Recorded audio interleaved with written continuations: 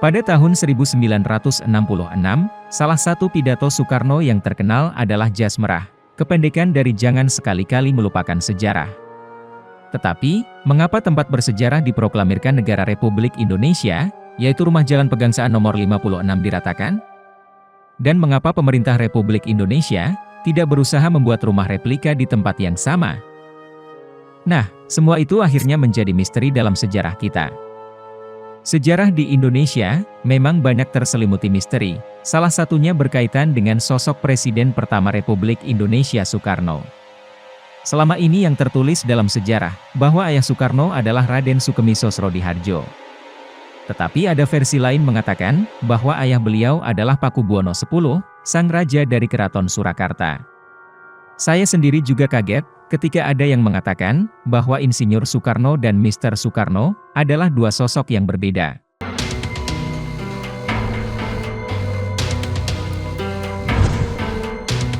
Pada seminar Bung Karno sebagai pewaris zamannya, yang diadakan oleh Akademi Jakarta di Cemara 6 Galeri Museum 27 Juni 2019, yang dihadiri juga oleh Guru Soekarno Putra, salah satu pemateri Profesor Dr. Tuti Herati Rooseno, memaparkan tentang silsilah Soekarno. Dalam paparan tersebut, merujuk tulisan Profesor Gunawan Sumodiningrat dan Ari Wulansari, yang berjudul Pakubuwono X, 46 tahun berkuasa di Tanah Jawa. Di mana disebutkan, Soekarno adalah putra dari Pakubuwono X dengan seorang garwo ampil, atau selir perempuan Bali dari Buleleng, Ida Ayu Nyomanrai. Lalu pertanyaannya, kenapa dalam sejarah tertulis ayah Soekarno adalah Raden Sukemiso Srodihardjo? Menurut Kanjeng Pangeran Haryo Karyonagoro, penasehat spiritual Keraton Surakarta, dalam wawancara dengan wartawan media online Warta Merdeka, hal tersebut dilakukan untuk keamanan Soekarno. Dikarenakan, Pakubuwono X tahu, bahwa Soekarno kelak akan mengusir Belanda dari tanah air, sesuai pesan leluhurnya Pakubuwono VI. Dalam sabdanya mengatakan, kelak 100 tahun lagi atau 3 generasi dari keturunan Pakubuwono VI, keturunannya akan mengusir penjajah dari bumi pertiwi. Sekarang mari kita simak cerita lengkapnya. Pakubuwono X atau disingkat jadi PB10, adalah salah satu dari Raja Kasunanan Surakarta yang terkenal mempunyai selir banyak. Tapi bukan itu yang mau dibahas. Pada tahun 1900, PB10 menikahi putri Raja Buleleng yang bernama Ida Ayu Nyomanrai. Ketika mengandung, sang istri terpaksa diungsikan ke Surabaya, dengan didampingi abdi dalam kinasi, Raden Sukemiso Srodihardjo, karena berbagai alasan.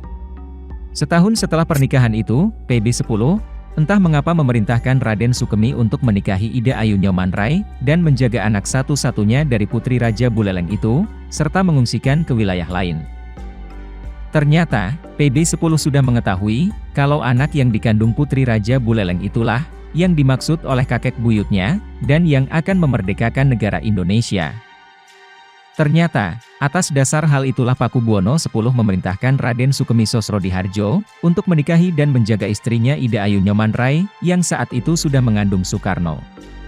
Hal ini dilakukan, agar Belanda tidak mengetahui, bahwa Soekarno adalah putra Pakubuwono X, terah Pakubuwono VI yang telah bersabda, bahwa kelak dalam 3 generasi akan ada keturunannya yang akan mengusir penjajah. Pada 1901, lahirlah putra Ida Ayu Nyomanrai. Ia diberi nama Kusno. Itu merupakan nama belakang dari nama lahir ayahnya, Pakubuwono X, yaitu Raden Mas Saidin Malikul Kusno. Akhirnya, Soekarno tumbuh besar sebagai rakyat biasa, dan tentunya dalam pengawasan orang-orang kepercayaan PB10 waktu itu. Intinya, kehidupan selama pertumbuhan dan perkembangannya jangan sampai jadi sorotan publik, mungkin takut terjadi sesuatu yang tidak diinginkan. Selama masa pertumbuhan Soekarno, seorang PB10 tidak pernah luput memperhatikan segala perkembangan anaknya. Segala kebutuhan dipenuhi, termasuk mempersiapkan masa-masa sekolah, hingga kuliahnya kelak di ITB. Ini tidak banyak orang tahu, tetapi fakta adanya. PB10 pernah keliling Jawa Barat dan tinggal dalam waktu yang cukup lama di sana.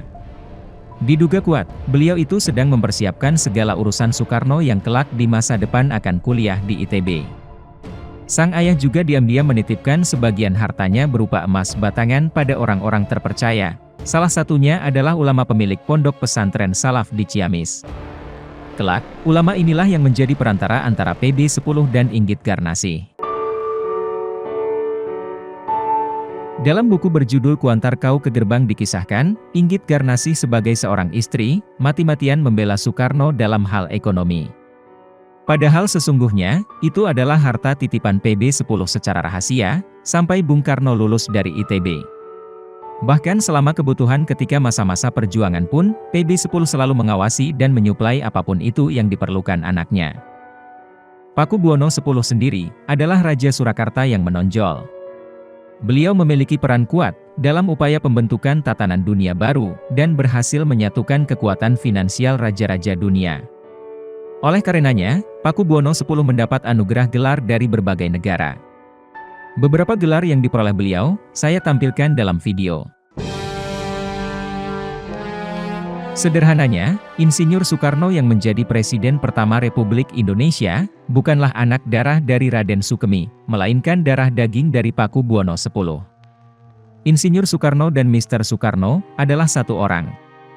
Jika kemudian muncul nama Insinyur Soekarno, itu adalah tanda, bahwa konteks pembicaraan hanyalah Soekarno sebagai anak dari Raden Sukemi. Dan jika mendengar Mr. Soekarno, berarti sedang membicarakan bahwa beliau adalah putra dari Pakubuwono X. Mr. Soekarno, juga diibaratkan sebagai jiwa halus yang sudah disabdakan leluhurnya, yang kemudian terlahir menjadi Insinyur Soekarno. Namun juga ada pernyataan, kalau mereka, adalah orang yang berbeda. Kajian metafisika dan teori komunikasi transdimensi, memang membuktikan ada perbedaan antara nama Mr. Soekarno, dengan nama Insinyur Soekarno. Dua nama ini, menurut kajian itu adalah dua orang hebat yang dimiliki Indonesia. Memang secara ilmiah belum bisa dibuktikan, namun konon kabarnya, MR itu, bukan singkatan untuk gelar panggilan dalam bahasa Inggris Master dalam artian Tuan atau Bapak. Tetapi MR di sini adalah singkatan dari kepanjangan nama, Muhammad Rasul Soekarno. Tenang dulu, tidak usah panik. Ini hanya pendapat metafisika, dan teori komunikasi transdimensi. Saya sendiri, juga agak geli mendengarnya. Nama itu panjang, sehingga disingkat MR Soekarno, makanya huruf M dan huruf R, dituliskan dengan huruf kapital. Agar lebih mudah, kita baca saja menjadi Mr. Soekarno. Konon Mr. Soekarno ini masih hidup. Jika bingung dengan pernyataan ini, silakan tonton dulu video sebelumnya yang membahas tentang moksa. Sudah ada banyak orang yang mengaku bertemu dengannya.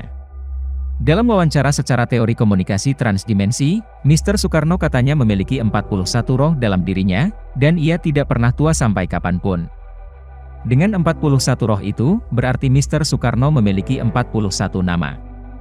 Saat ini, dia juga menggunakan nama lain dengan casing yang sama.